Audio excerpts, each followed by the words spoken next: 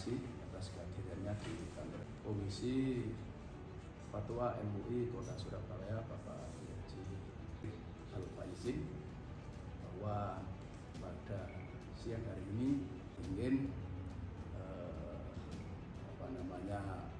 rilis terkait video yang viral kemarin tentang penyembelihan di Sibo, karena ada hal-hal yang kami persilakan masalah hal ihwalnya tentang hal Ketua Komisi baik Surabaya maupun Jawa Timur maupun Kemenak, jadi bukan MUI lagi.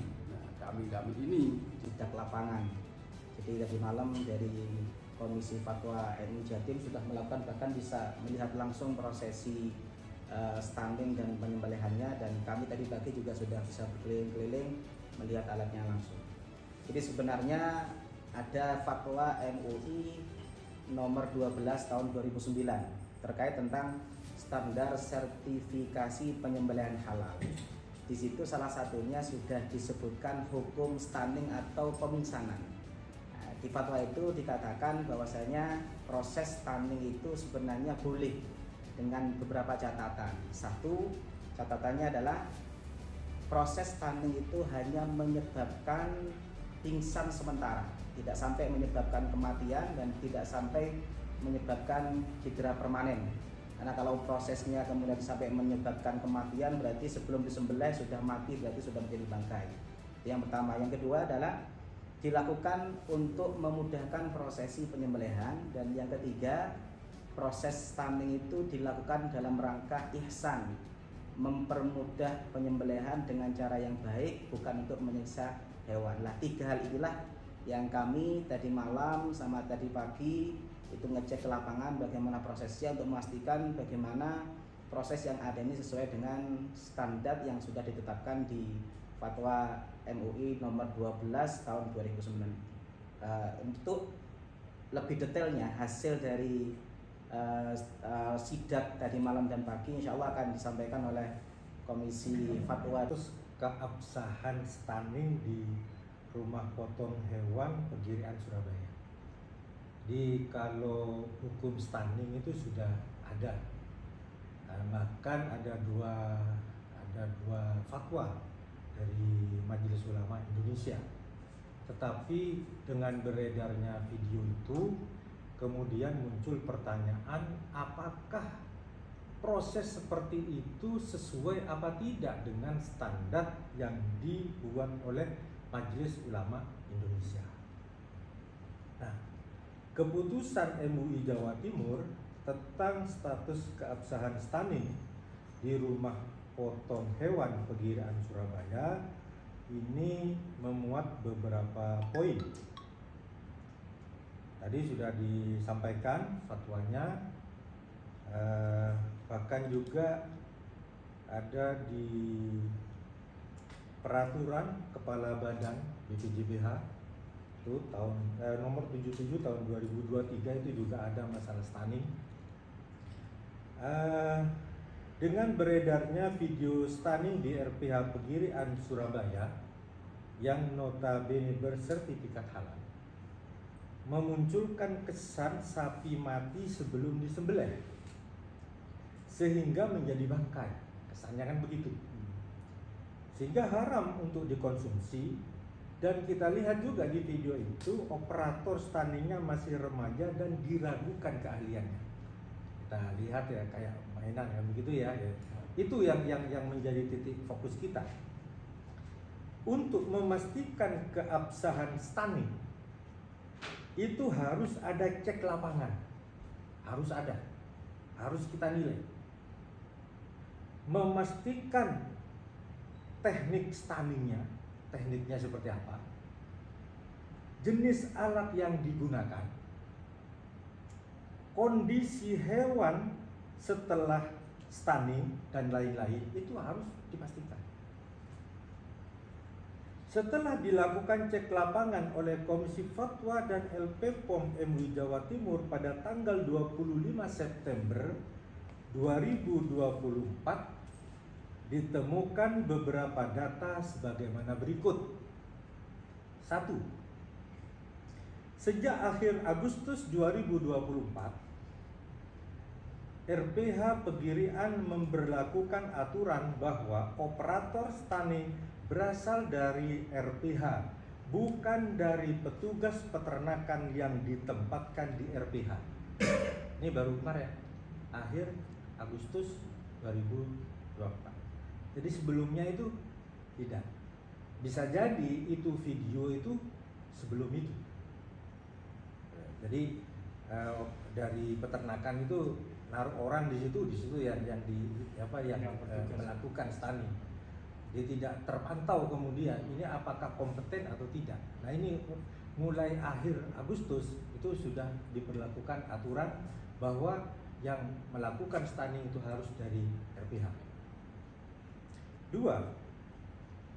RPH Pegirian memiliki 5 dokter hewan dan 6 juru sembelih halal yang sudah bersertifikat BNSP. Dari 6 juru sembelih itu ada 2 orang yang merangkap sebagai operator stunning dan telah mengikuti pelatihan.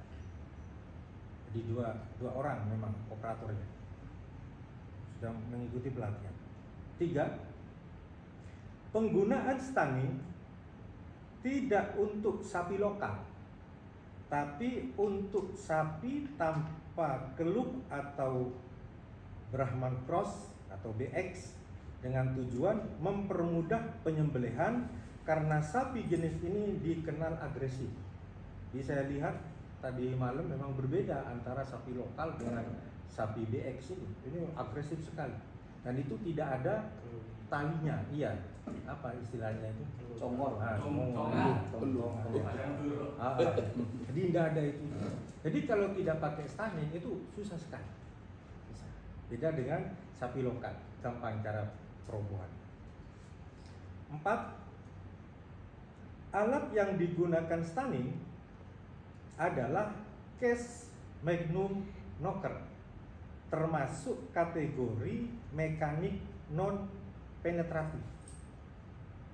Sudah saya cek, sudah saya tanyakan, memang itu merupakan alatnya mekanik non penetratif. 5. Berdasarkan informasi dari dokter hewan RPH Pegirian, penggunaan cartridge yang terkait dengan besaran tekanan, jadi di alat itu ada cartridge. Nah di situ beda cartridge itu tekanannya beda. Jadi ada yang warna merah, ada yang warna hitam. Jadi beda. Jadi itu disesuaikan nanti. Disesuaikan dengan bobot sapi. Bobotnya kurang dari 500 kg menggunakan cartridge warna hitam. Sedangkan sapi yang bobotnya lebih dari 500 kg menggunakan cartridge warna merah. Jadi itu standarnya begitu, sudah ada aturan. Nomor 6. Sebelum proses stunning, sapi dikirim menuju restraining box. Jadi ada alatnya itu, jadi dikirim ke sana. Saat berada di restraining box, operator stunning menempelkan alat pada titik yang telah ditentukan. Jadi tidak sembarangan naruh begitu, tidak, tapi ada lokasi, ada tempat tertentu. Itu kalau kena itu optimal. Berarti kita dari dulu ya? Itu sudah ahli. Jadi itu titik temu antara telinga ya. Kita tidak ada bekas luka di kepala sapi. Sudah saya cek tadi malam. Jadi masih bergerak, masih bernafas. Jadi tidak mati. Itu. Dan di kepalanya itu tidak ada bekas. Nomor 8. Setelah proses stunning, segera dilakukan penyembelihan secara cepat dengan memotong saluran makanan, saluran pernapasan hulkum, dan 2 pembuluh darah wadah jaib. Dengan melihat data lapangan di RPH Pegirian Surabaya terkait proses stunning dapat disimpulkan sebagaimana berikut. 1. Alat stunning yang digunakan termasuk kategori mekanik non-penetratif untuk hewan ruminansia itu diperbolehkan sesuai dengan keputusan Kepala Badan Penyelenggara Jaminan Produk Halal BPJBH nomor 77 tahun 2023 tentang pedoman penyelenggaraan sistem jaminan produk halal dalam pemotongan hewan ruminansia dan unggas. Poin kedua, stunning hanya untuk jenis sapi tertentu yang agresif dilakukan oleh tenaga terlatih dengan standar tertentu, tidak menyebabkan kematian dan tidak mengalami cedera permanen. Ini sesuai dengan ketentuan Fatwa Majelis Ulama Indonesia nomor 12 tahun 2009 tentang standar sertifikasi penyembelihan halal. Poin yang ketiga, proses dan hasil sembelihan dengan sekali sayatan secara cepat dengan memotong saluran makanan, saluran pernapasan, hulkum, dan 2 pembuluh darah wadah jaib sesuai dengan standar Fatwa Majelis Ulama Indonesia nomor 12 tahun 2009. Itulah hasil kita sikapi hukumnya seperti apa, keabsahannya. Beliau merasa kecolongan itu sampai terjadi demikian. Bagaimana yang dirilis itu juga ada dia menyebutkan kecolongan yang begitu. Cuman artinya RPH mengakui kalau lalai beliau dalam RPH lalai dalam melakukan penyembelihan saat itu dengan beredarnya video itu, terbukti fakta dari beredarnya jadi video. Saat itu masih belum ada ketentuan bahwa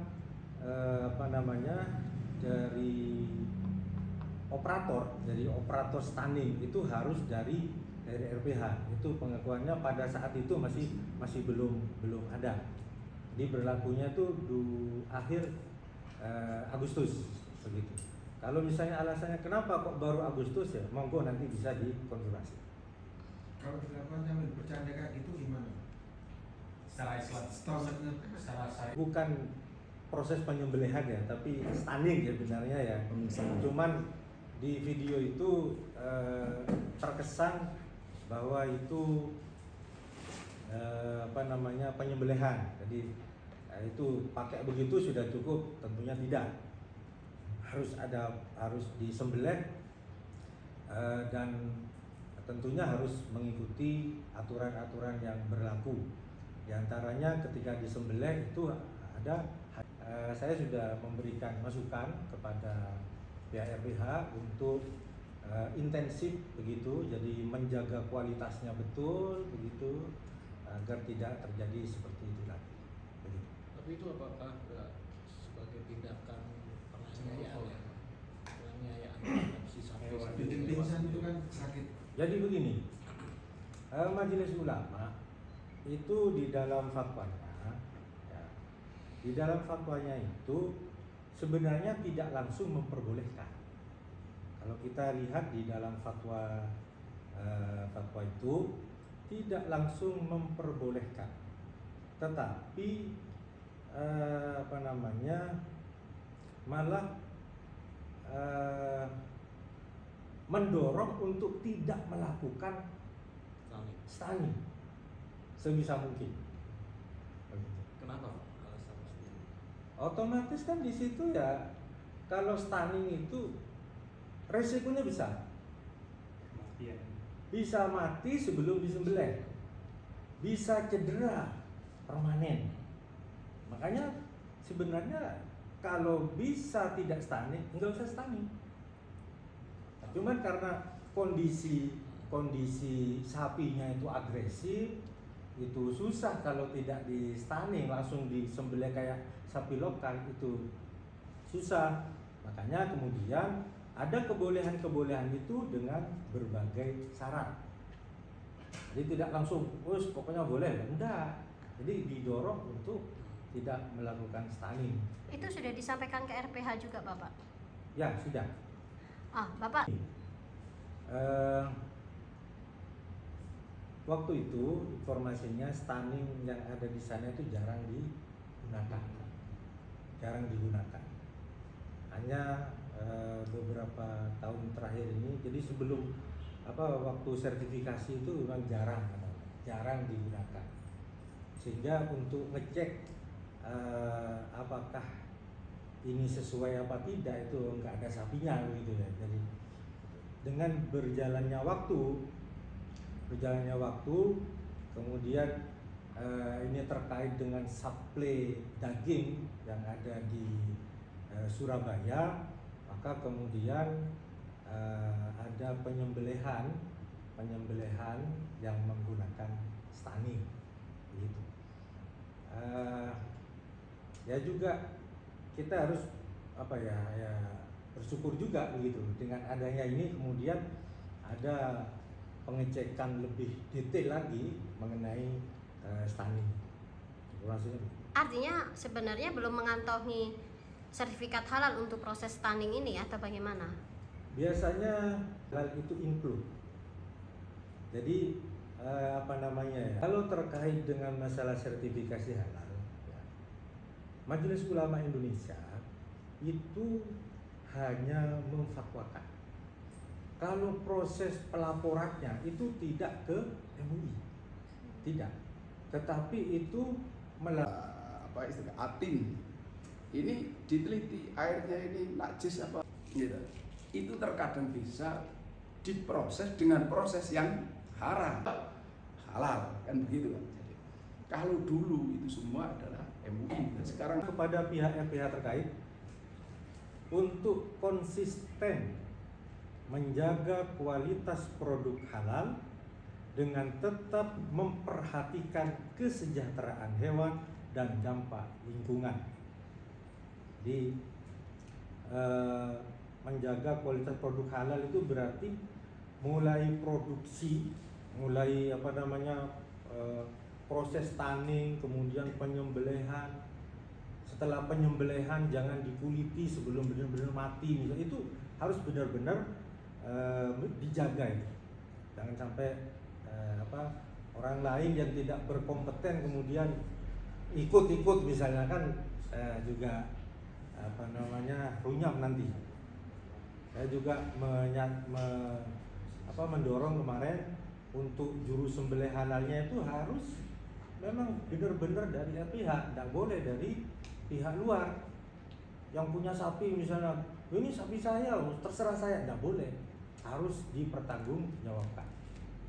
Yang kedua, meminta kepada BPJBH, Badan Penyelenggara Jaminan Produk Halal, untuk meningkatkan monitoring secara intensif kepada RPHR dan RPHU.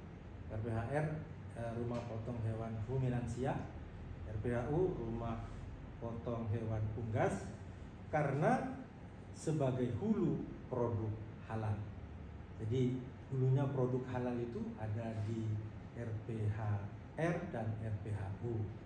Nah ini harus intensif untuk dimonitoring, karena beliau yang punya wewenang untuk pengawasan. Yang ketiga, menghimbau kepada masyarakat untuk tidak mudah terpengaruh sebelum adanya penjelasan dari pihak yang berkompeten, dan tetap bersama-sama menjaga kualitas kehalalan produk. Jadi bersama-sama, tidak hanya menyerahkan kepada BPJBH, kepada Majelis Ulama, kepada LPH, tapi juga kita bersama-sama untuk menjaga kualitas produk halal. Mungkin itu SOP-nya jelas, diperketat lagi, terutama di titik kritisnya itu. Jadi stunning itu kan titik kritis. Antara penyembelihan dengan Betul, stunning betul. Sangat kritis. Makanya dikatakan tadi harus cepat. betul. Jadi diusahakan sebisa